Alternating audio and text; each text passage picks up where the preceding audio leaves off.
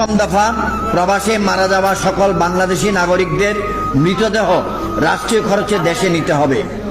দ্বিতীয় দফা, প্রবাসীদের জাতীয় পরিচয়পত্র ও ভোটাধিকার চাই।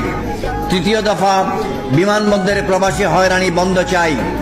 চতুর্থ দফা, প্রবাসীদের জন্য যুগোপযোগী দ্বৈত নাগরিকত্ব আইন ও পেনশন সুবিধা চাই। পঞ্চম দফা, পাসপোর্ট সংশোধনের সুযোগ সহ দালাল মুক্ত পাসপোর্ট ও দূতাবাস সেবা চাই। ষষ্ঠ দফা, প্রবাসী সুরক্ষা আইন প্রণয়ন ও বাস্তবায়ন চাই। সপ্তম দফা, জাতীয় বাজেট প্রবাসীদের জন্য ন্যূনতম 5% বিশেষ বরাদ্দ চাই। অষ্টম দফা, বিদেশে কাগজপত্রবিহীন প্রবাসীদের বৈধকরণে সরকারের সহযোগিতা চাই। নবম দফা, বিদেশে প্রবাসীদের জন্য পর্যাপ্ত বাংলাদেশি দূতাবাস ও শ্রম কল্যাণ উইং